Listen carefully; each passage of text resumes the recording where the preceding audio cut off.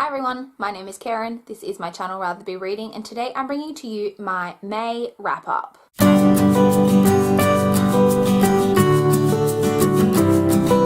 So May was a pretty good reading month for me. We will of course start off with my statistics as always.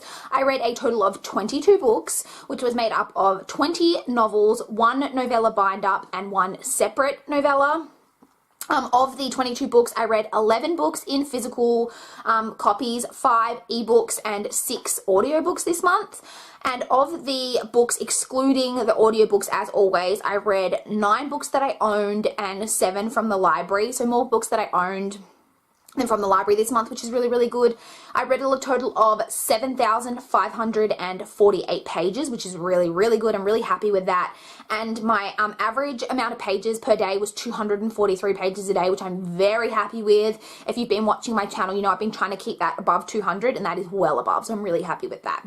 The longest book that I read in the month of May was 565 pages, and the shortest book that I read was 152 pages, which was the novella.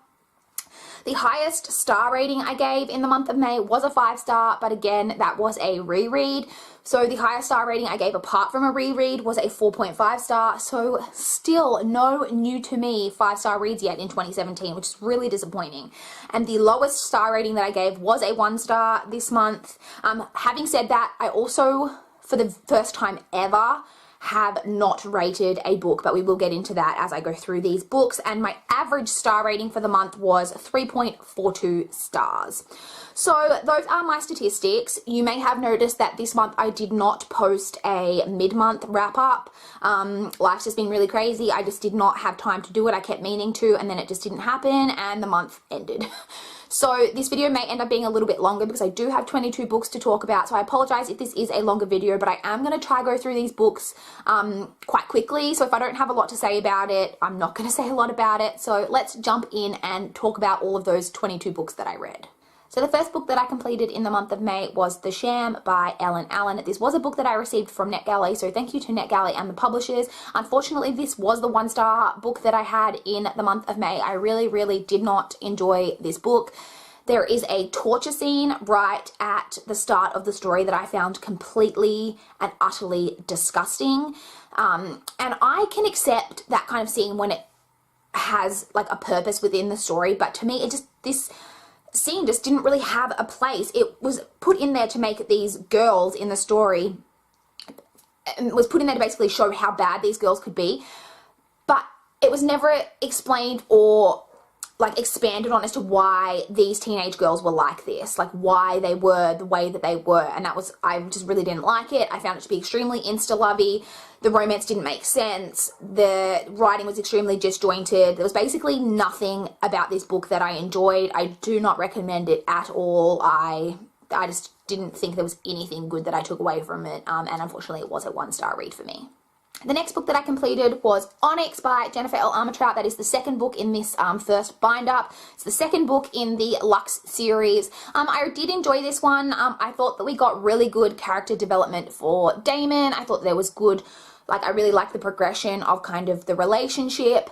I did think that everything was quite predictable and maybe like a bit overplayed, but these are just really easy, really like addicting type of writing where you're just really kind of addicted to it and you get through it really quickly and just want to find out what happens. I did really enjoy this. I gave it 3.5 stars.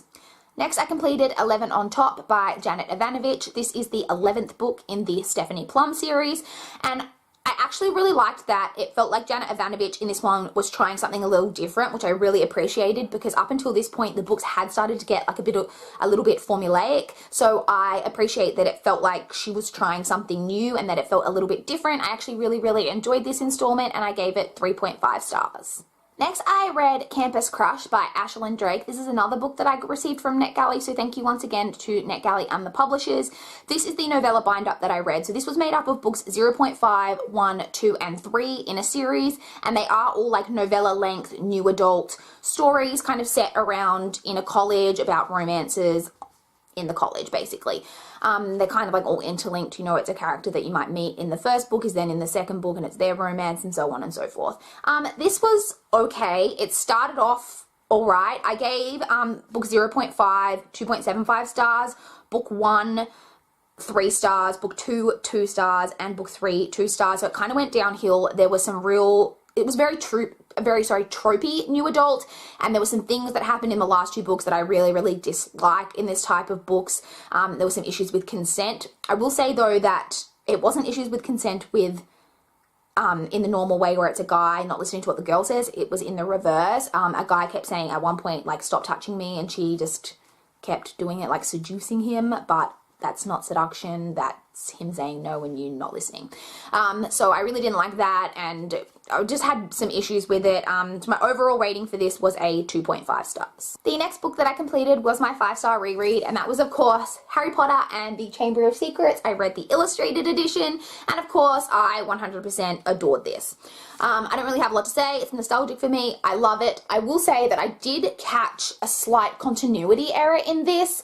At one point with Professor Lockhart, he is talking about how they basically talk about in it that about a werewolf who was cured, which, you know, if you've read this series as time goes on, you learn that, like, being a werewolf is not something that can be cured. So I found that kind of interesting. I will just quickly show you, as I did with the last copy of Philosopher's Stone, my 2 favorite illustrations in this edition.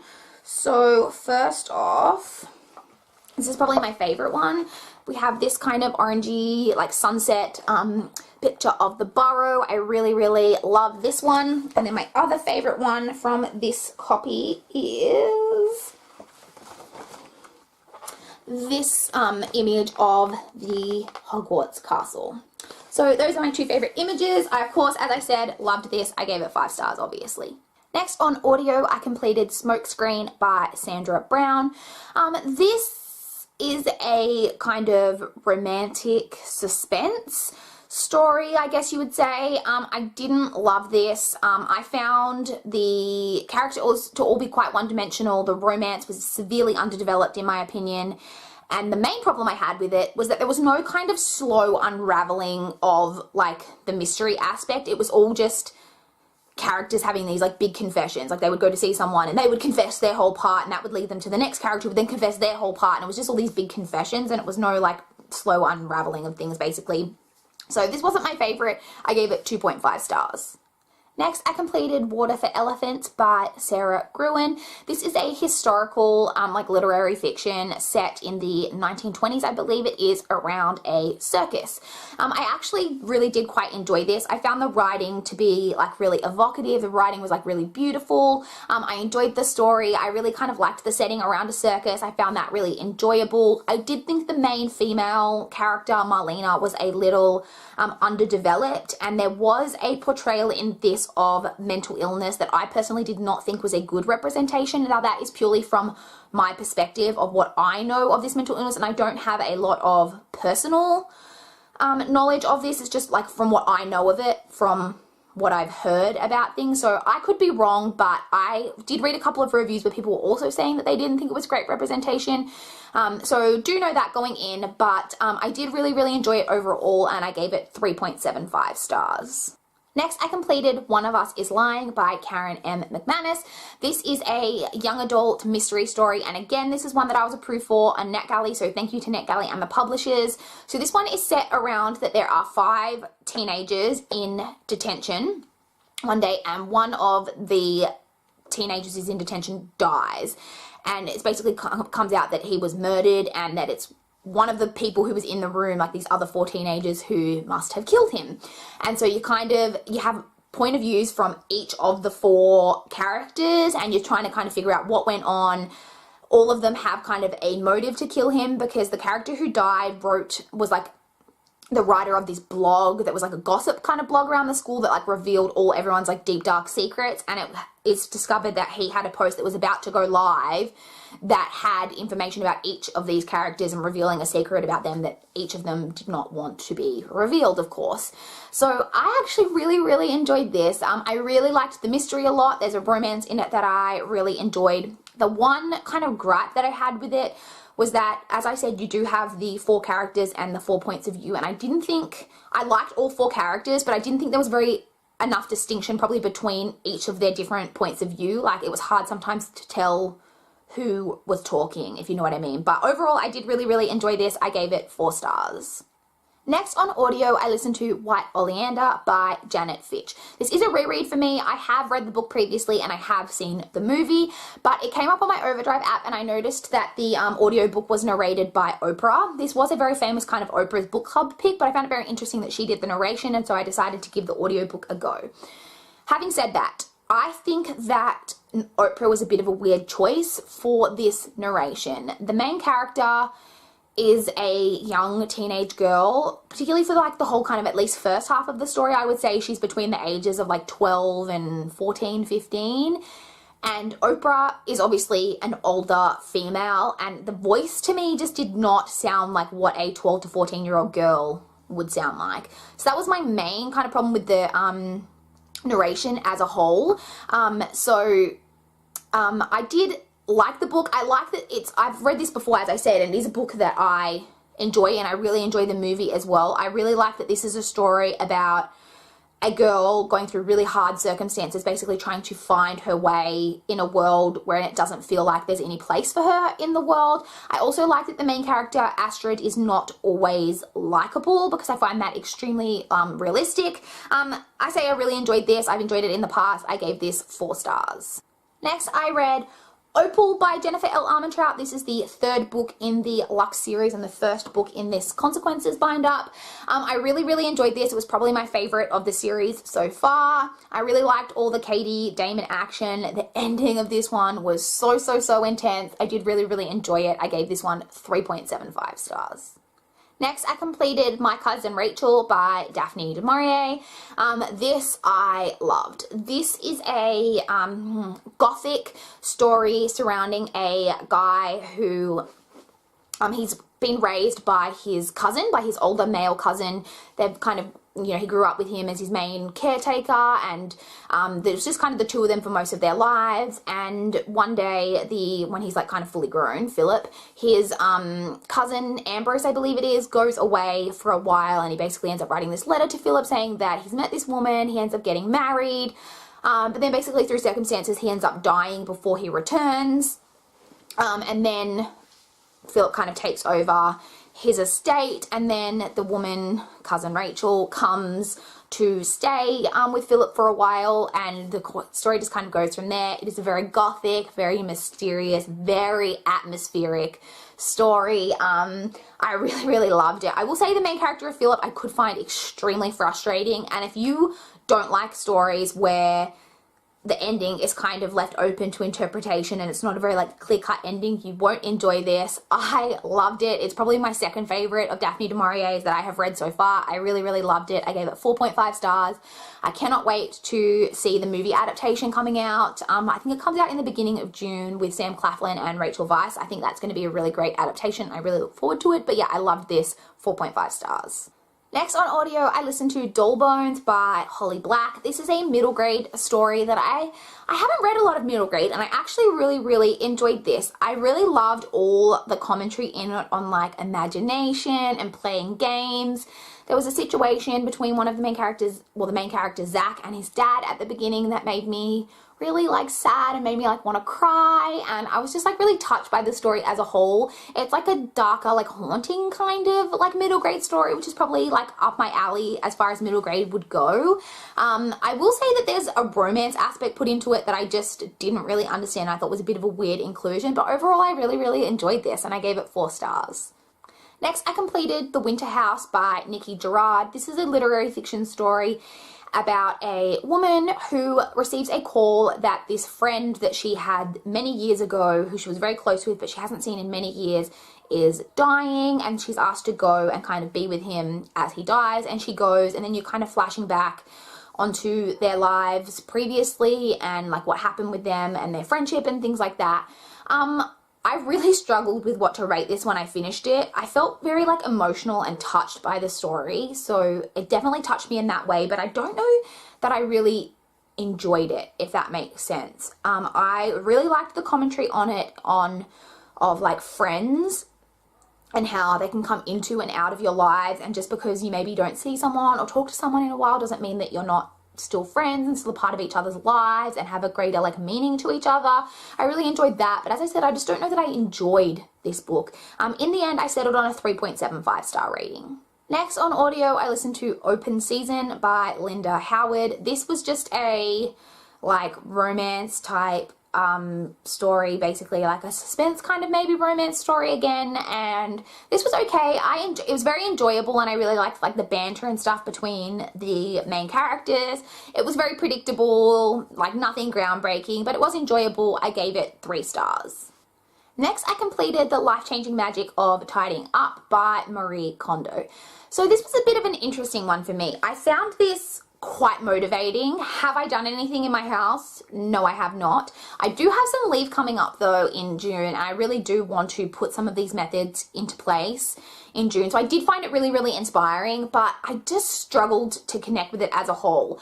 And I understand that the author of this is Japanese. She's from a completely different culture than me, and so because of that, I think there was just some like cultural differences that I found quite hard to connect to. I really felt like it really came across that Marie Kondo really thinks that she's amazing, and that she thinks that she is totally awesome at this, and that she never fails, and she just was tooting her own horn a lot, and that was starting to really bug me. And a lot of the stuff in there is just not stuff that I'm ever going to do. Like, she talks about talking to your house and welcoming your home and saying goodbye to items as you let go of them, and thanking them, and all of that kind of stuff, and like the items spark joy within you and all of that, but it's just a bit too like frou-frou kind of stuff for me. But I did think a lot of the methods in there and stuff will be extremely helpful, and I do really look forward to putting them into place. In the end, I rated this 3 stars.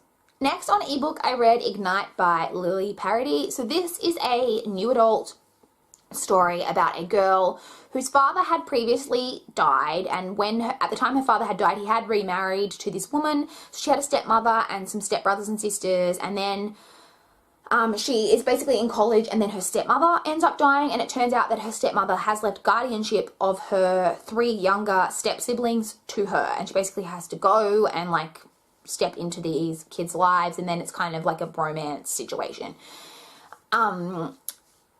A lot of booktubers were reading this at one point. I think they were provided it by the author, like back around the time, I guess, that this came out, or a couple of years ago, I don't know. And it got quite a bit of buzz around that time, and it seemed like those people were really enjoying it.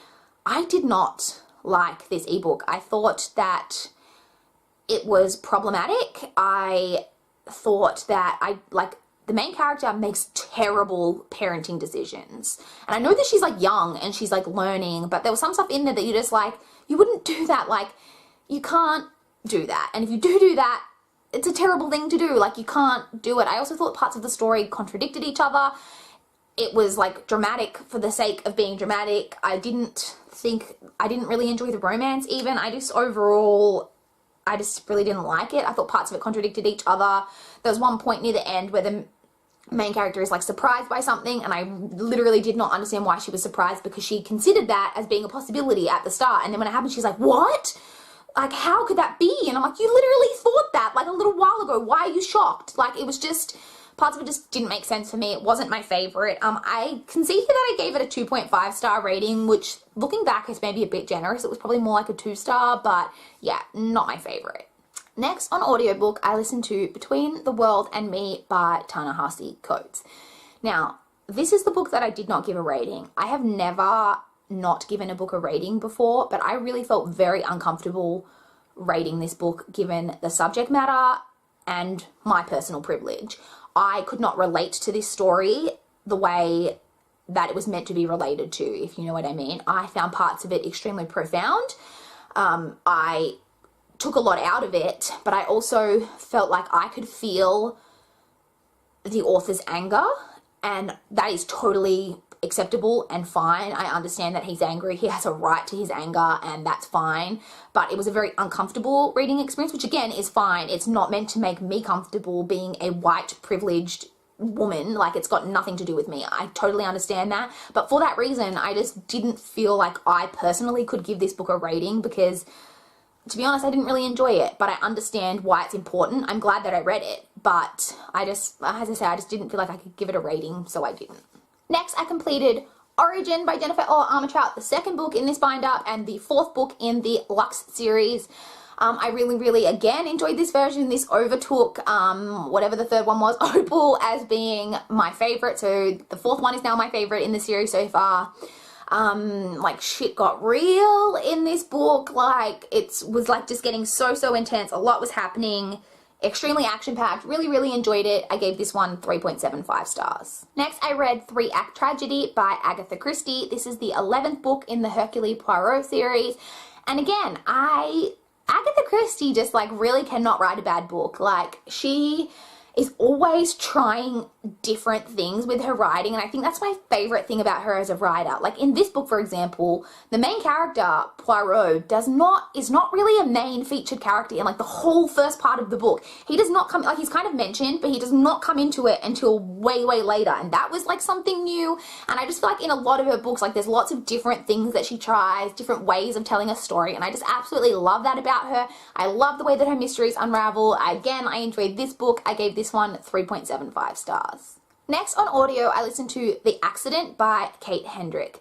This is a Australian YA story that follows 3 different characters and 3 different perspectives that all kind of, like one of the characters had previously been in a really severe car accident, and you kind of know that, and from what I understood, all of the storylines are kind of supposed to revolve around this accident. I found it extremely difficult to differentiate between the perspectives, and it did not help that with the narration there was no difference in the voices like at all between the different narrations, and even like at the start of each like chapter or a different part there was no header even to say like blah speaking, like the character's name. Like you just didn't know who was speaking, and sometimes I would have to really consciously listen for a bit to just figure out who I was listening from, so that was really frustrating. There is like kind of this whole, throughout the book, there's this storm that's like slowly building, and I really loved that, like as the storm was building, it was like a storm was building in their lives as well. I kind of loved all of that, and I really did like the commentary, and it had like some good diversity, and there was like a lot of commentary on teenagers and trying to find their way in the world and trying to figure out what's next for them and things like that, and I really love all that kind of thing. But overall for me it was just a little bit bland. In the end, I gave this one 3 stars. Next, I read The Scarecrow by Michael Connelly. This is the 2nd book in the Jack McAvoy duology. I enjoyed this. I definitely enjoy Michael Connelly's books that are told from the perspective of either like a cop or a lawyer more than I do this particular like duology, which is following a journalist. I definitely enjoy like the cop lawyer thing more than the journalism thing. But I did still really enjoy this. The main thing that kind of took away a bit from my enjoyment with this one is that you go into this one knowing who the bad guy is, and I don't like that as much. I much prefer to like build and try to figure out who the bad guy is and like have a reveal than have like chapters from the perspective and know like exactly who the bad guy is, and then obviously if the like people who are trying to figure out the mystery think that they've found the person and you know that it's not that person, there's no shock for you because you're like, well, that's not them, because you know who it is. So I don't know, I didn't love that as much, but I did still really love it. Michael Connelly is a great writer. I gave this one 3.5 stars. And the final book that I read in the month of May is The Cascade Girls by Alice Arden. So this is a reread for me. I was previously approved this book from NetGalley, and I read it back then and I did really enjoy it.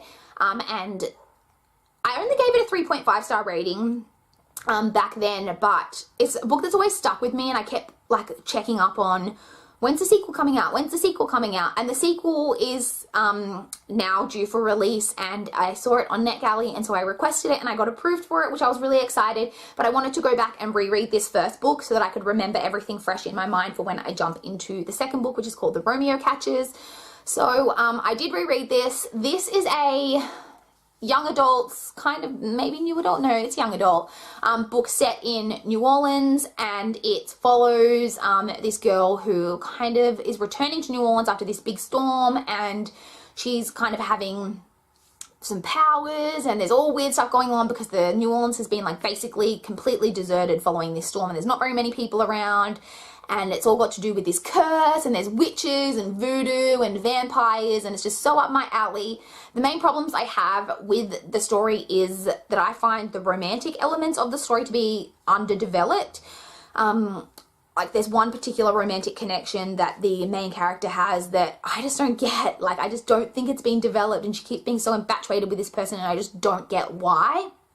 But I can't wait to read more, and I had a quick look on Goodreads and I can't see like a third book listed, so I don't know if this is in fact a duology and this might be the final book that Romeo catches, but I'm really excited to get to it. I did stick with my 3.5 star rating. I think that that's fair given the problems that I had with it, but it is like a good 3.5 stars if you know what I mean. But yeah, I really enjoy it and I definitely think that it's worth checking out. So those are all of the books that I read in the month of May. If you've read any of these books, if you have any thoughts, I know that I did go through these as quickly as I could, or like tried. So if you have anything that you want to ask me about any of these books, please do feel free. I would love to chat in the comments down below about any books that you read in May that you were totally loving. What was your favorite book you read in May? Mine was definitely My Cousin Rachel. Well, excluding the reread. My Cousin Rachel by Daphne du Maurier. Daphne du Maurier is just like, her writing, man. It's good stuff. So I would love to know your favorite book that you read in May. I'd just love to chat in the comments down below. Please like this video if you liked it. Please subscribe if you want to see more from my channel. But that's all I've got for this video today. Bye guys.